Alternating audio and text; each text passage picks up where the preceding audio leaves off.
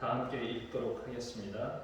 그들이 가버나움에 들어가니라. 예수께서 곧 안식일에 베다니에 들어가 가르치시매 무슨 사람이 그의 교훈에 놀라니 이는 그가 가르치시는 것이 권위 있는 자와 같고 소기관 자와 같지 아니하리라.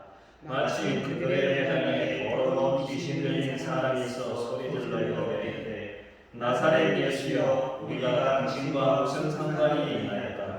우리를 멸하러 왔나이까? 나는 당신이 누구인 줄 알니 하나님의 거룩한 자니이다. 예수께서 꾸짖어 이르시되 잠잠하고 그 사람에게서 나오라 하시니 더러운 귀신이 그 사람에게 경련을 일으키고 큰 소리를 지르며 나오는지라. 다 놀라 서로 물어 이르되 이는 어찌미냐? 권위 있는 새 교훈이로다. 더러운 귀신들에게 명한즉 순종하는도다 하더라. 예수의 소문이 곧 온 갈릴리 사방에 퍼지더라.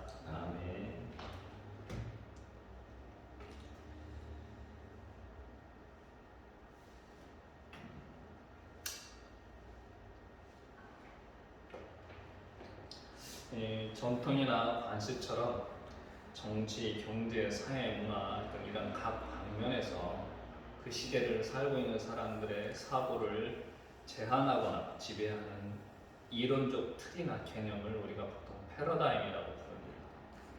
이건 토마스 쿤이 자신의 저서 과학혁명 구조에서 이렇게 사용했던 언어인데, 이 패러다임을 통해서 우리는 사건이나 현상을 해석하게 됩니다. 그런데 이런 한번 형성된 패러다임은 너무나 견고해서 쉽게 바꿀 수가 없죠. 대표적인 게 뭡니까? 중세 1600년을 지배했던 천동설입니다. 지금은 천동설을 믿는 사람이 없죠. 그런데 프톨레마이오스가 서기 1년에 천동설을 주장한 이후로 이 1600년 동안 정설로 받아들여졌고 교회도 그걸 받아들였습니다. 근데 이게 코페르니쿠스가 나타나고 갈릴레이의 지동설 또 뉴턴을 거치면서 이 천동설이 잘못된 거였구나 라는 걸 이제 깨닫게 되는 거죠. 이런 일반 사회에서의 어떤 패러다임뿐만이 아니라 종교도 패러다임이 있습니다. 우리 기독교에서는 이제 그걸 뭐라고 부르냐면 신학과 교리라고 부르죠. 근데 이 종교적 어떤 패러다임은 일반 사회적 패러다임보다 더 완고하고 견고합니다. 이 신학과 교리로 인해서 종파가 분열되고 대립이 일어나고 심지어는 전쟁까지 벌어집니다. 대표적인 게 1618년부터 1648년까지 독일을 무대로 벌어졌던 신구교 간의 전쟁, 즉 카톨릭과 개신교 간의 전쟁이었던 30년 전쟁이었습니다. 이 전쟁으로 인해서 독일에 많은 사람들이 희생이 되고 독일은 완전 폐허가 됐습니다. 이 정도로 사랑을 전해야 되는 종교가 그 신학과 교리에 사로잡히면 이러한 끔찍한 결과가 발생하는 겁니다. 유대에도 이런 신학과 교리를 달리하는 4대 종파가 있었습니다. 예수님 당시에 하도 많이 들어서 잘 아시겠지만 사두개파, 바리새파, 에세네파, 또 하나는 열심당이었죠. 이 종파들은 각각 나름의 특색이 있었습니다. 사두개파는 굉장히 현실주의자들이었어요. 그들은 좀 기득권, 자기들의 기득권, 별 탈이 없으면 그 집권 세력과 쉽게 타협을 했습니다. 그런데 종교적으로는 굉장히 보수적이었어요. 이 사람들은 모세 오경만 인정을 했습니다. 근데 바리새파는 좀 달랐죠. 이들은 굉장히 진보적이었습니다. 물론 성경에서는 바리새파 욕을 굉장히 많이 하는데 바리새파는 굉장히 진보적이었고 모세 오경뿐만이 아니라 그 소위 말하는 구전 전통 비시나와 하가다도 수용을 했습니다. 그리고 시대의 변화에 따라서 성서를 해석하려고 많이 노력을 했죠. 여기서 말하는 성서는 물론 구약입니다. 근데 종교적으로는 굉장히 율법주의적이었습니다. 율법을 온전히 지키려고 굉장히 노력을 했죠. 이들이 특히 힘썼던 것은 정결례, 안식일, 그리고 11조였습니다. SNF파는 좀 수도원 운동과 비슷한 그런 파였습니다. 이들의 기본 신념이 뭐였냐면 가난, 순종, 근면이었나요? 이렇게 세 가지가 이들의 핵심 가치였습니다. 그리고 정치적인 문제에 대한 굉장히 무관심했습니다.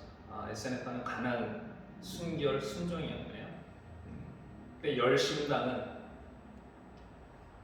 소위 젤로당이라고도 하는데 좀 바리새파하고 좀 친했습니다. 이들은 로마의 압제에 항거를 해서 무력으로 해방을 하려고 하는, 압제에서 벗어나려고 했던 그런 종파였죠. 이렇듯 이렇게 4개 종파가 있었는데 제일 영향력이 컸던 건 바리새파였습니다. 이런 4개의 종파가 이미 확고하게 자리 잡고 있는 상황에서 갈릴리 출신의 목수가 출현을 한 거죠. 바로 예수님이죠. 예수께서는 오늘 본문에 보니까 가버나움에서 이렇게 말씀을 전하시고 있는데, 이 가버나움이라고 하는 것은 갈릴리 호수 북쪽에 있는 예수님의 거주지였습니다. 보통 우리가 예수께서 나사렛에서 커가지고 나사렛에서 쭉 생활한 줄 알고 있는데, 요한이 잡힌 후에 이 가버나움으로 거처를 옮기셨죠. 그래서 이 가버나움은 갈릴리 사역의 거점 역할을 했습니다.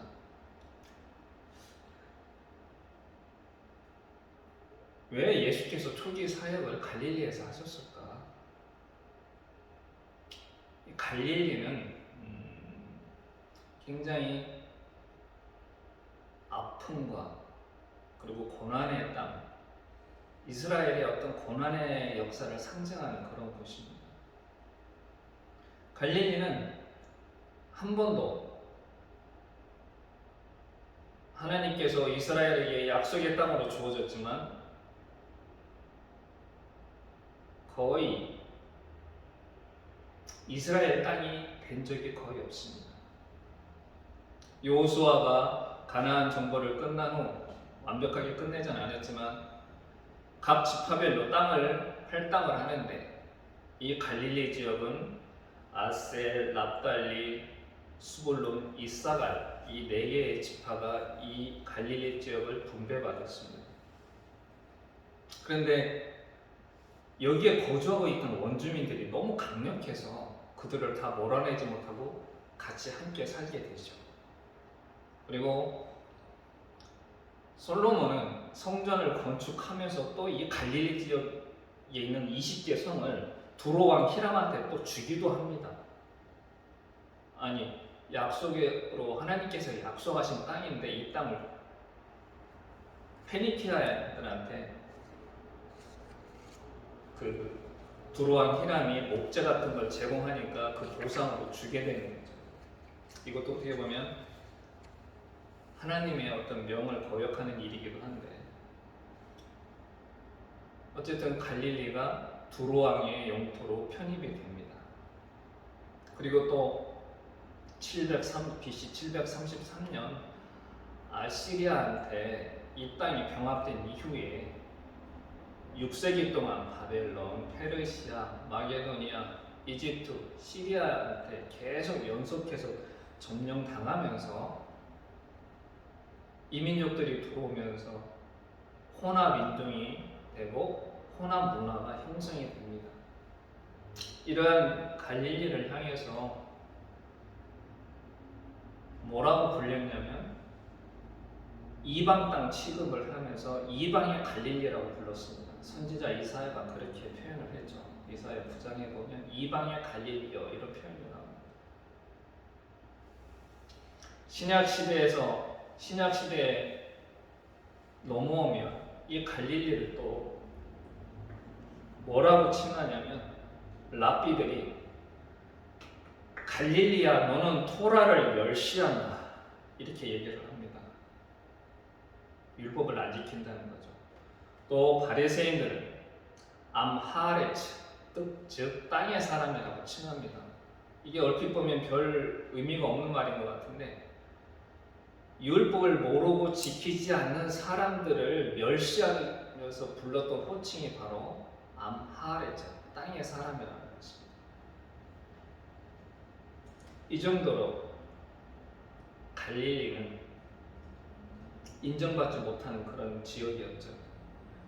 그러나 바리새인이나 랍비들이 생각하는 것만큼 갈릴리에 있는 유대인들은 그렇게 타락하지도 또 율법을 무시하지도 않았습니다.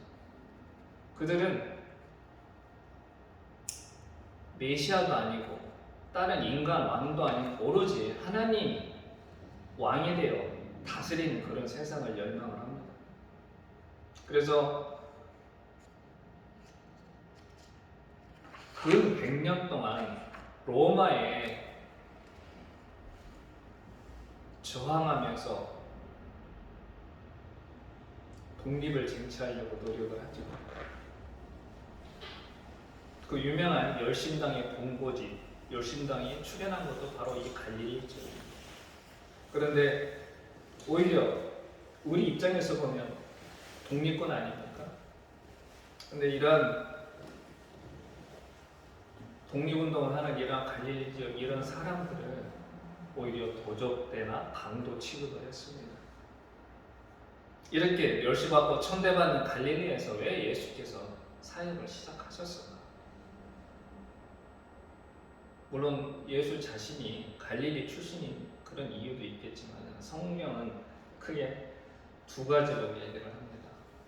하나는 구약의 예언이 성취됐다는 거죠. 마태복음 4장 15절 16절에는 이런 표현이 있습니다. 전에 고통받던 자들에게는 흑암이 없으리로다.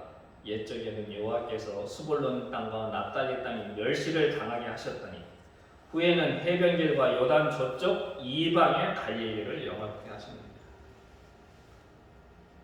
즉 여기서 그 고통받던 자들 또 흑암의 땅 여기는 분명 갈릴리를 얘기하는 거겠죠. 거기에 메시아가 출현한다 이런 표현을 쓴 겁니다. 이게 바로 이사야 선지자가 한 말이죠. 9장에 마태복음 기자는 메시아가 갈릴리에서 출현한 것을 예언의 성취라고 봤습니다. 두 번째로는 민중의 해방입니다. 이것은 예수께서 나사렛 회당에서 설교할 때 예수 본인이 하신 말씀이에요. 누가복음 4장 18절에 예수께서 나사렛 회당에서 성경을 읽으시는데 당신이 본인이 직접 찾으면서 읽죠. 그게 어떤 대목이었냐면 주의 성령이 내게 임하셨으니 이는 가난한 자에게 복음을 전하게 하시고 내게 기름을 부으시고 나를 보내사 포로된 자에게 자유를 눈먼 자에게 다시 보게 함을 전파하며 눌린 자를 자유롭게 하고 주의 은혜와 은혜의 해를 전파하게 하려 하심이라. 그러면서 오늘 이 말씀이 너희한테 이루어졌다 이렇게 표현을 하셨어요. 이건 예수께서 직접 하신 말씀입니다. 여기서 눌린 자, 눈먼 자, 이 모든 것 민중들 이런 민중들을 해방하기 위해서 내가 왔다 이렇게 말씀을 하신 거예요. 그러니까 갈릴리 사역 천대받고 멸시받는 그런 땅에서 예수께서 그 사역을 시작하셨던 이유는 바로 이 두 가지 예언의 성취와 민중의 해방이었던 것입니다.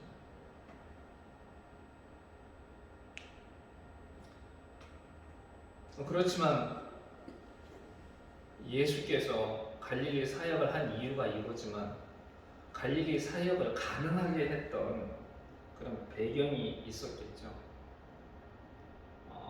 오늘 본문을 보면 회당에서 가버나움에 있는 회당에서 이제 예수께서 설교를 하려고 하시는데 회당이라는 곳이 어떤 곳입니까? 이 회당은 남유다가 멸망하고 사람들이 바벨론으로 끌려가면서 성전은 없어지고 더 이상 예배를 드릴 수 있는 공간이 사라졌습니다. 자신들의 예배와 신앙을 지키기 위해서 사람들이 회당을 만들었죠. 이 회당은 두 가지 기능이 있었는데 뭐냐면 재판과 예배였습니다. 예배는 안식일에 유대인들이 모여서 기도하고 성경 봉독하고 설교하고 마무리 축도로 이렇게 예배를 드리는, 어떻게 보면 오늘날 저희가 드리는 예배가 좀 흡사하죠. 근데 이 회당 예배의 특징이 두 가지가 있었는데, 이 성경 봉독은 꼭 모세 오경을 고정된 순서에 따라서 봉독을 해야 되고, 거기에다가 예언서를 좀 덧붙여가면서 이렇게 읽었습니다. 또 하나는, 이게 정말 중요한 건데, 글을 아는 유대인 남자는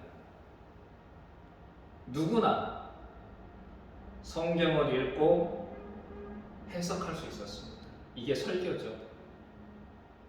오늘 이렇게 가버나움에서 설교하시는 예수님도 바로 이런 경우에 해당이 됐습니다.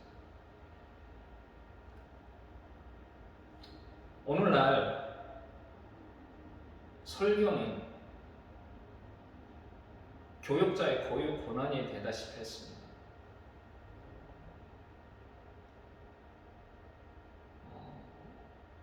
이거는 하나님 앞에서 모두가 평등하다는 그런 얘기하고는 좀 약간 다른 얘기가 되는 거죠. 거의 목회자의 독점적인 권한이 되는데, 베드로전서 2장에 보면은 베드로는 우리 성도들을 뭐라고 표현하냐면 택하신 족속이요 왕같은 제사장들이라고 표현을 합니다. 우리 모든 성도는 그런 존재라는 거죠. 하나님 앞에서 어떤 계급이 있는 게 아니라. 오늘날 예배 혹은 이런 설교를 보면 바로 그러한 초대교회에서 가지고 있던 그런 정신에 위배된다고 좀 볼 수도 있겠습니다. 이러한 회당의 어떤 열린 예배, 누구나 글을 아는 사람이면 누구나 설교할 수 있는 이러한 것들, 이러한 회당 예배가 예수님께서 자기 본인의 사역을 펼칠 수 있는 그런 밑바탕이 됐습니다.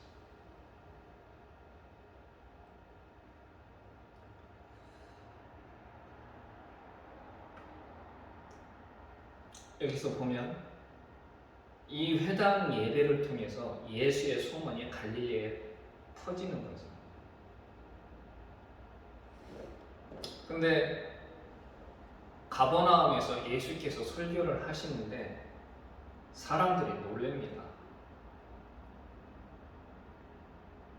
굉장히 권위가 있었는 거죠.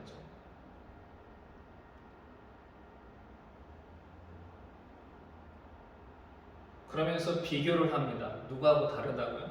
서기관과 다르다 이렇게 표현을 합니다. 기존의 서기관들이 가르치던 것과는 예수님께서 전하시는 말씀이 달랐다는 겁니다. 단순히 귀신을 물리치고 뭐 병자를 치유하고 이런 게 아니라 예수가 전하는 말씀 자체에 권위가 있었다는 겁니다. 근데 그 비교 대상이 누구였느냐? 서기관이었던 거죠. 옛날 우리나라도 그랬지만 옛날 중군동 지방에서도 글을 익히려면 쉽지가 않았고 특별히 교육을 받아야 됐는데 서기관들이 그런 역할을 했습니다. 그래서 서기관은 어떻게 보면 학자와 관리였던 거죠. 구약 성경에 보면 서기관들이 궁궐에서 굉장히 높은 지구에 있었습니다. 이러한 서기관들이 포로기 이후 바벨론의 포로로 잡혀가면서 모세 오경을 전문적으로 연구하고 해석하는 율법학자로 바뀝니다. 그 대표적인 사람이 누구였느냐? 에스라였죠. 학사 에스라. 이러한 신약 시대로 넘어오면서 이러한 율법학자들을 뭐라고 불렀습니까? 서기관이라고 불렀습니다. 이 서기관들은 대부분 바리새파였죠. 그래서 지도적인 서기관들은 바리새파의 우두머리였습니다. 아까도 말씀드렸지만 이 바리새파는 철저하게 율법을 준수하려고 했는데 모세 오경에 나와 있는 율법 계명과 금령이 한 613가지 정도 된다 그래요. 이거를 생활 속에서 철저히 지키려고 노력을 했습니다.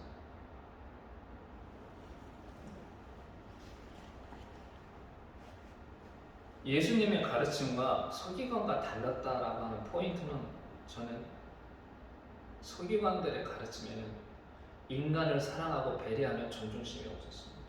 오로지 율법만이었어요. 근데 거기에 비해서 예수께서는 인간을 먼저 생각을 하셨죠. 그 대표적인 얘기가 뭡니까? 사람이 안식일을 위해서 있는 게 아니라 안식일이 사람을 위해서 있다 이렇게 표현을 하셨습니다. 그 얘기는 인간이 우선이다. 율법이 아니라.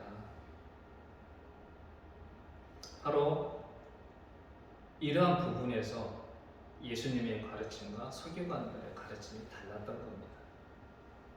두 번째는 예수는 하나님의 거룩한 자였습니다. 이건 예수께서 하신 게 아니라 귀신들의 고백인 거죠. 마가복음 1장 24절에 바로 그 대목이 나오지 않습니까?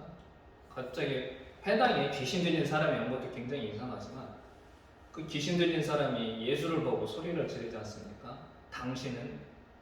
우리가 당신을 누군지 아는데 당신은 하나님의 거룩한 자이다 이렇게 얘기를 하죠. 고백을 합니다. 이 거룩함이란 말이 무슨 뜻이냐면 구약을 보면 레위기의 11장에 그런 표현이 나옵니다. 나도 거룩하니 너희도 거룩하라. 하나님께서 그렇게 말씀하시면서 구별된 삶을 살으라고 말씀하십니다. 그러니까 거룩함이란 말은 구별됨이란 말과 같은 의미가 되는 거죠. 근데 예수님은 일반적인 어떤 거룩함 그런 것보다는 한 차원 더 높은 그런 거룩함이죠.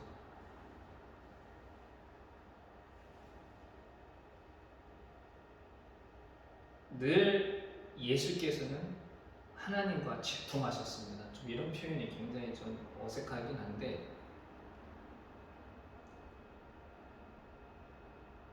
그냥 일방적으로 구약에 있는 많은 선지자들 혹은 또 나시린들과 같이 어떤 하나님께서 일방적으로 그 구별된 자, 선택받은 자한테 능력 주고 말씀을 주고 이런 게 아니라 서로 쌍방간의 소통이 이루어졌다는 거죠. 예수님과 하나님은. 그 대표적인 장면이 어디입니까? 요한복음 12장에 예수께서 기도하시는 가운데 하나님이 그 기도에 응답하는 장면이 나오죠. 이렇듯 예수께서는 하나님과 직통하시는 그런 분이었고 그렇기 때문에 누구보다 하나님이 바라시고 원하시는 뜻이 무엇인지 잘 알고 있었습니다. 그랬기에 예수께서 전하는 말씀이 그렇게 권위가 있었던 겁니다. 세 번째로는 저는 이게 가장 큰 핵심이라고 생각하는데 언행일치라는 겁니다. 즉 말씀과 행동이 같았다는 거죠.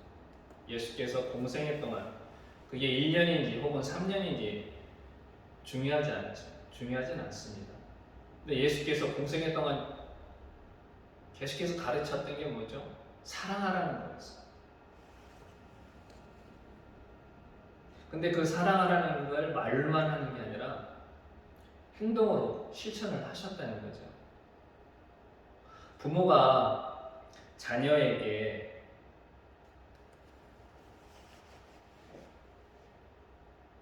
독서가 중요하니까 책 좀 봐라 하면서 본인은 매일 TV 보고 스마트폰이나 보고 있으면 의사가 환자한테 담배가 몸에 해로우니까 담배 피지 마십시오 하면서 본인이 담배를 피운다면,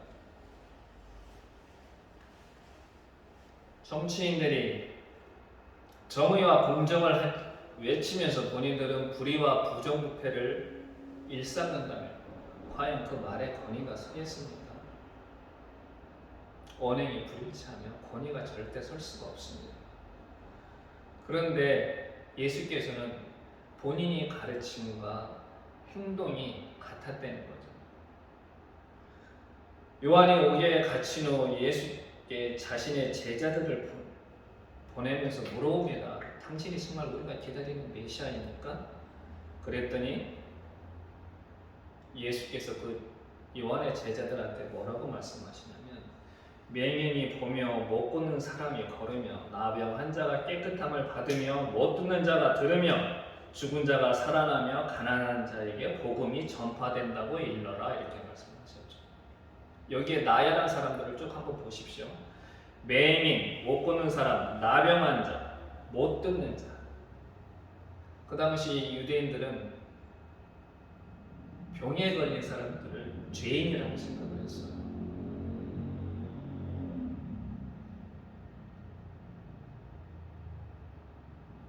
그러니 당연히 이들은 사회에서 차별받고 소외받는 자들이었습니다.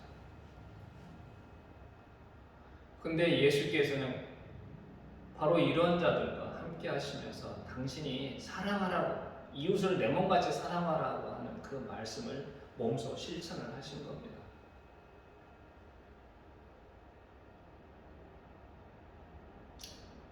바로 거기에 예수님의 말씀에 권위가 서는 겁니다.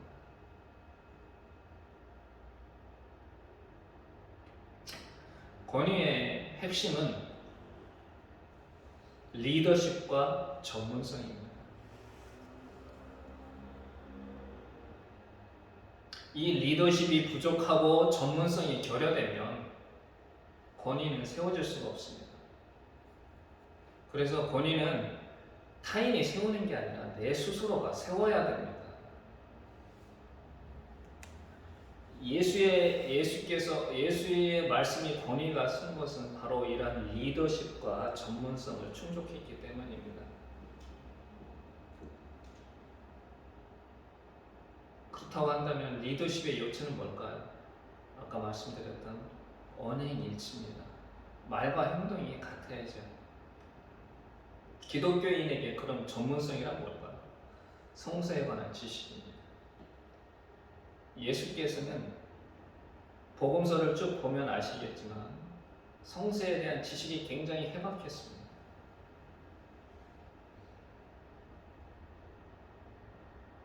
바리새인, 정말 모세 오경이나 말씀을 달달달 외운다고 하는 그러한 바리새인 서기관들조차도 예수께는 한번 제대로 반박하지 못했습니다. 그 정도로 예수께서는 성서에 대한 전문적인 그런 지식을 갖고 있었다는 거죠. 오늘날 기독교가 점점 쇠퇴하고 세상 사람들로부터 많은 비방을 받습니다. 왜 그렇습니까? 바로 이러한 리더십, 즉 언행 일치가 안 되고 전문성이 부족하기 때문에 그렇습니다. 입으로는 사랑과 정의를 외치면서 행동으로는 돈과 권력을 추구하는 기독교인, 특히 목사들의 모습.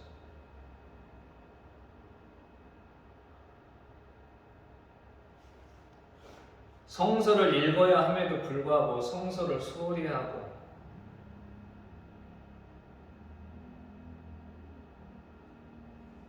성서를 묵상하기를 게을리한 그러한 기독교인들의 모습.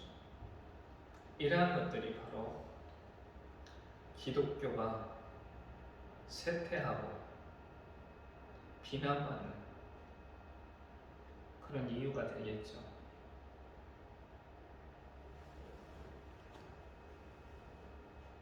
(2000년) 전 이 땅에 오셨던 예수님이 몸소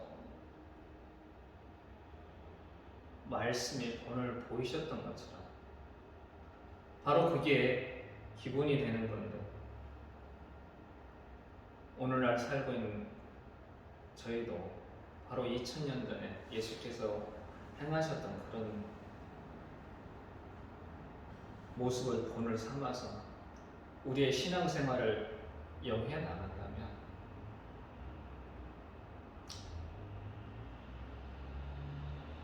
세상으로부터의 비방이나 기독교의 쇠퇴를 걱정할 필요가 없습니다.